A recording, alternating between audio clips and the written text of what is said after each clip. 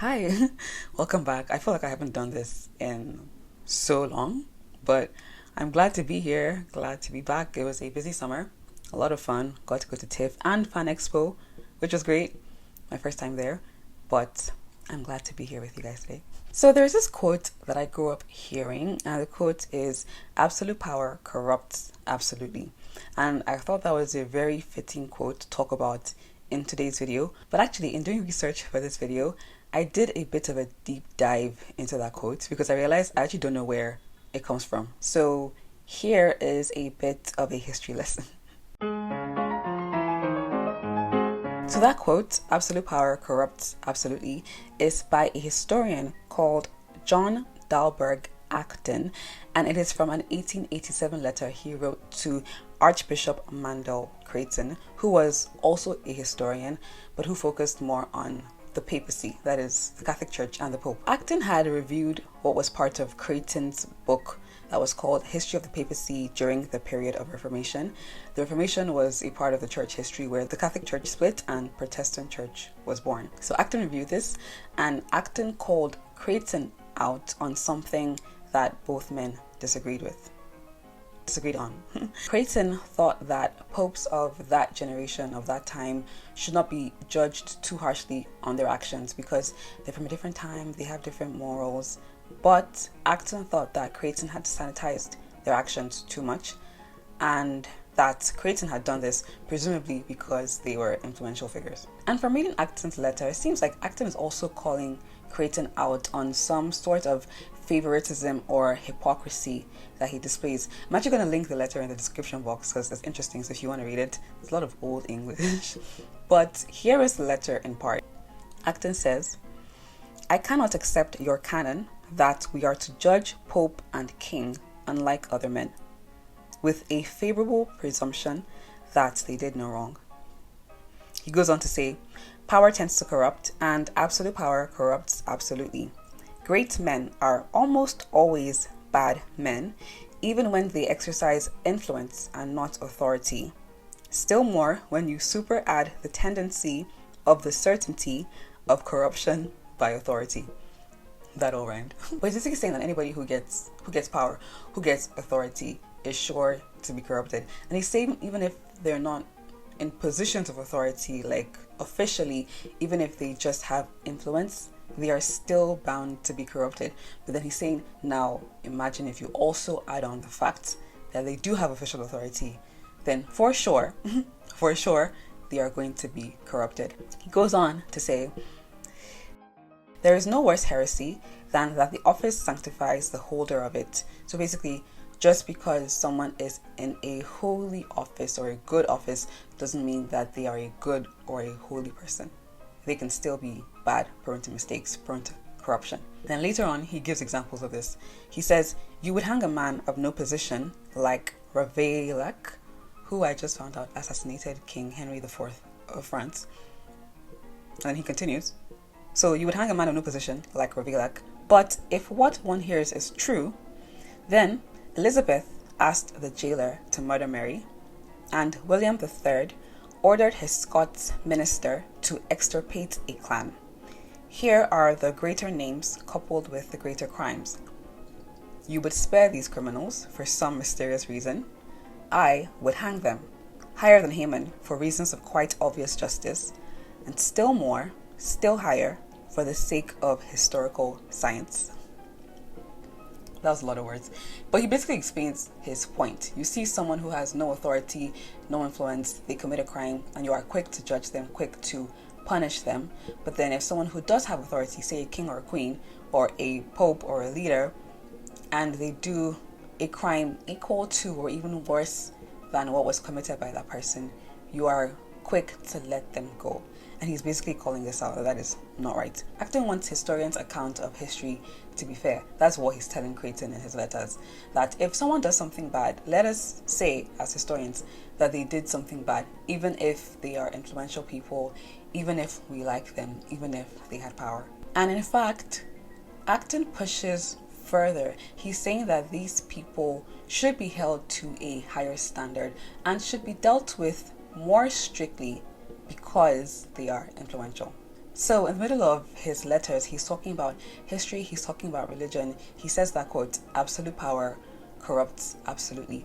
And I think that works in all the different spheres of life. He's basically saying if you have this one person and they have all the authority over all of us, and there is nobody or nothing to keep them accountable, to keep them in check, then all of us are in trouble. Which I would agree with, and I think a lot of us would too. And which also sounds very similar to the reason Lex Luthor gives the government for wanting to take Superman down.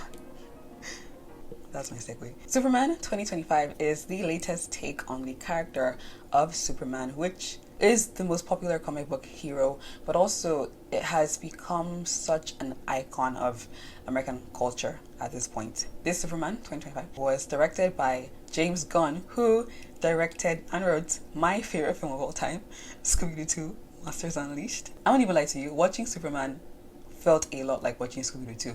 And obviously I mean that in the best way because I love Scooby-Doo, but I just think James Gunn does like the cartoonishness so well. This Superman feels a little bit corny, a little bit naive, a little bit too pure, especially with all the bright colors and everything. And I think you can definitely tell that this character, this story comes from a comic book, which is a big departure from the last Superman we got on film, which was Zack Snyder's Superman, played by Henry Cavill. So in this movie, Superman, played by David Cornsweet, is dealing with the fallout of inserting himself into a conflict outside of US soil. So he's gone and stopped the country of Baravia from invading the smaller country of Jarhanpur, which people are not happy about. So Superman says, well, people were going to die. I had to do something to stop it. I did the right thing.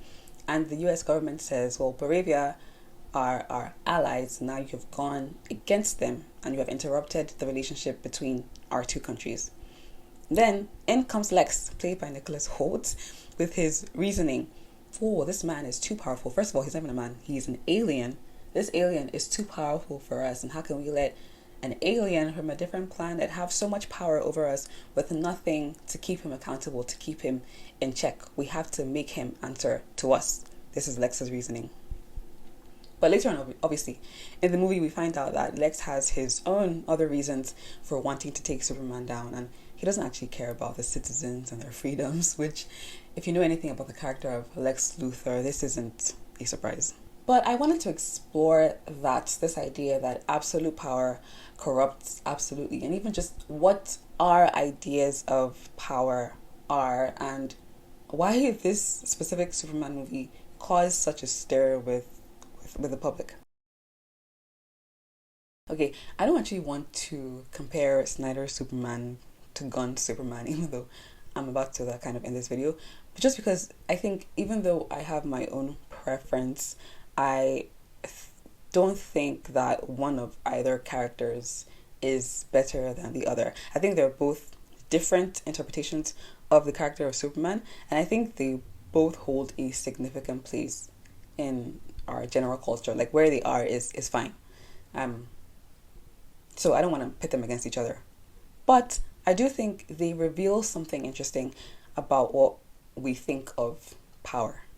So that's what I want to do. Explore here. Also, I should say, I did watch Man of Steel and I did see Batman v Superman, but to be honest, most of what I remember about both films is just from what people have been saying online and not actually from my recollection. So if I get something wrong, I'm sure there'll be somebody in the comments to correct me.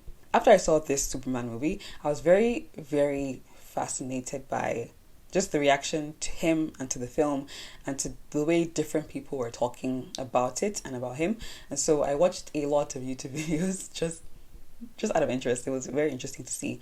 But here's what I think our collective reactions, our different reactions, reveal about what we think about power. Zack Snyder's Superman is very much a godlike figure. I think Snyder leans into his power, how powerful his character is, how indestructible he is. The movies are a bit dark, which was a DC thing, but anyway, movies are a bit dark. This Superman is a little bit broody. He's really hard to take down, doesn't get physically hurt, but he's also wrestling with the idea of what it means to be a hero in his world. can he retain his goodness as he tries to save the world? And I think that's a very valid thing to explore, especially with our real world events. Like, there's so many messed up things happening in the world. Can I save the world without getting my hands a little dirty, without breaking my own personal moral code? Superman doesn't want to kill people, but does he have to do that for the greater good, whatever that is? And the Lex from this movie, the Snyder movies, actually pushes Superman to a point where he has to answer those questions for real. Like, right now. This Lex is played by Jesse Eisenberg, and he has this belief that if a god is good, then he cannot be all-powerful. And if he is all-powerful, then he cannot be good.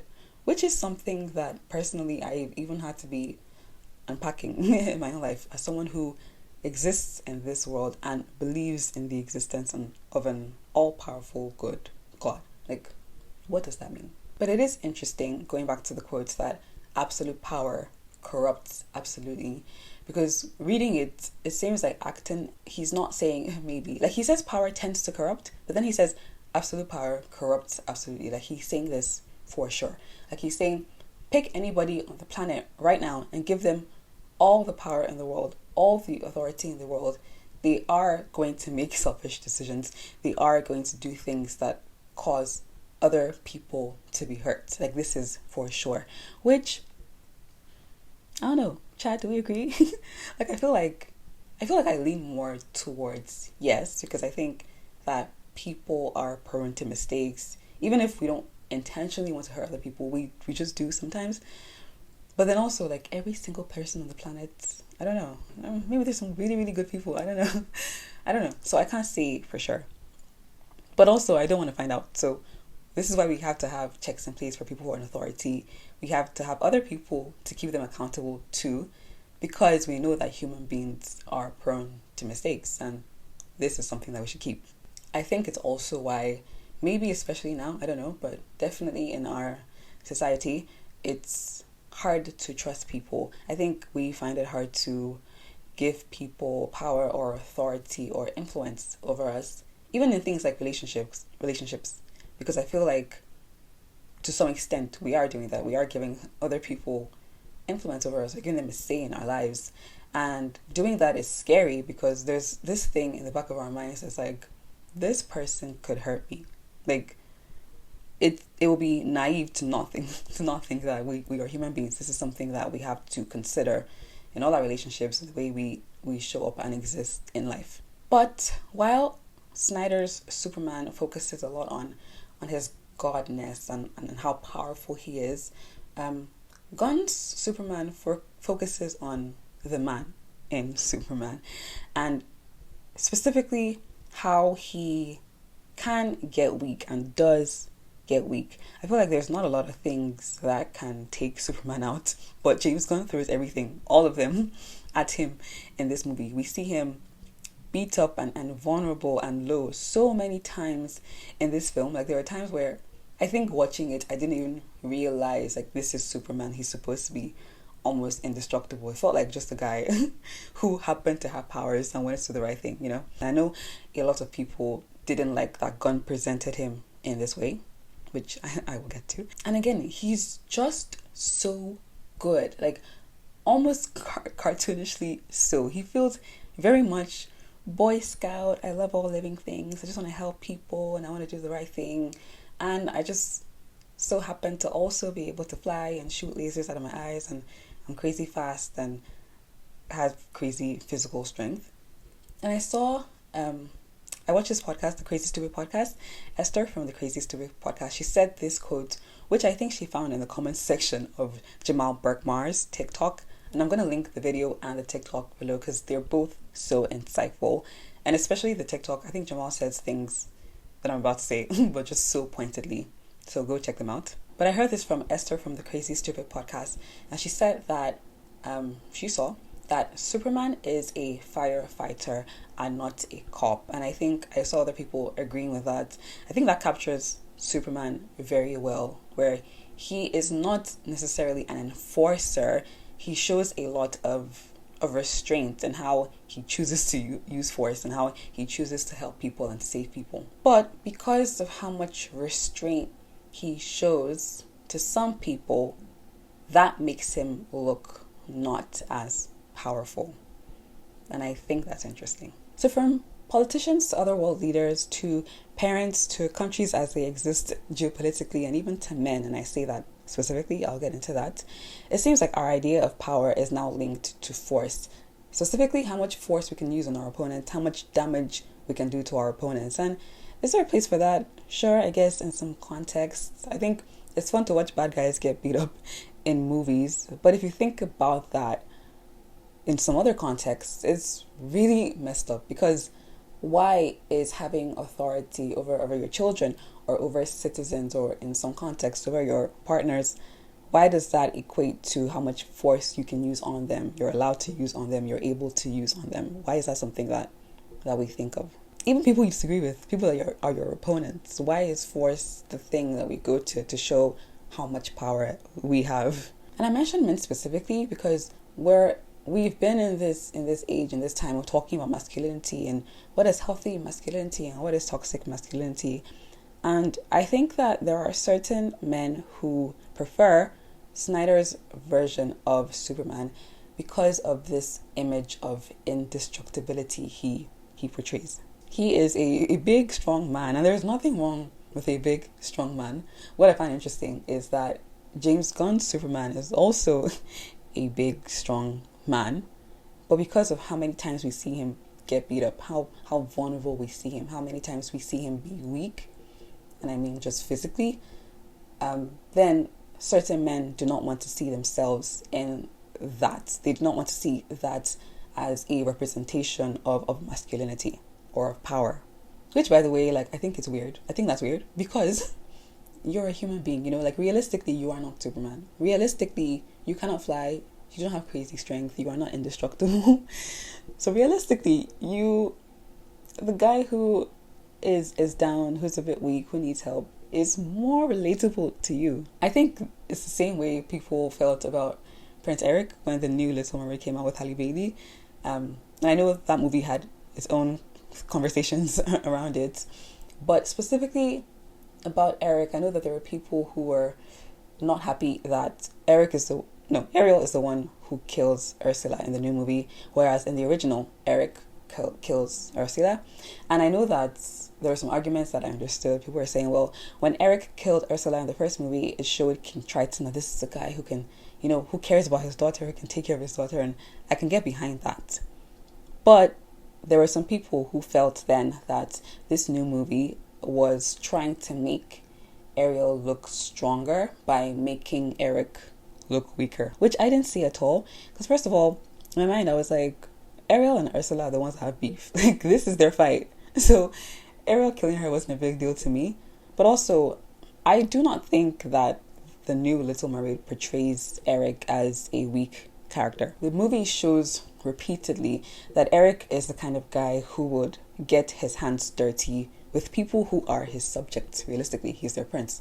So it shows him working alongside them, getting down from whatever throne, high horse, and actually doing the work with them instead of working over them. And these are people who would still brave storms with him, who would still disobey the queen for him. This is how loyal they are to him, how allegiant they are to him. Eric is still a powerful character in that film. And I think James Gunn does something similar with this Superman, where his power doesn't just come from his physical strength, and he is powerful. It also comes from his influence. It's why the Justice Gang is able to go to Jarampur when Superman is fighting somewhere else, and they continue the work he started there, even though they didn't initially agree with it. Or why the citizens all band together to help Superman when he's down, even though that puts them in harm's way, even though they're the ones who would get hurt and not him. This is how loyal they are to him and to his ideals. Superman's power in this film doesn't just come from his physical strength, it comes from his influence to the people, and also how he's able to influence them to do good.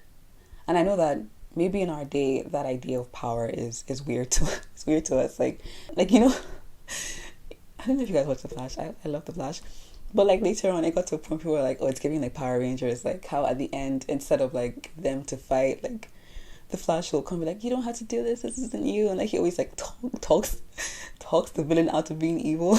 And people are like, what? I get it. But like sometimes that's good. Like there's nothing wrong with using your power in that sense. I think showing power in that way to us is a bit odd. But, and you know where I'm going with this, maybe that's the real punk rock. Thank you guys for watching this video. It feels like it was a bit longer, but I had a good time doing it. I really liked finding out about that letter and just the history behind it. I love this new Superman movie, of course. James Gunn is like my favorite person. Just because he did Scooby-Doo too. I feel like Hall of Fame for me, always. Anyway, Superman is streaming now on HBO Max. From Canada, it's on Crave. Go check it out if you haven't already. And yeah, okay. I'll see you in my next video.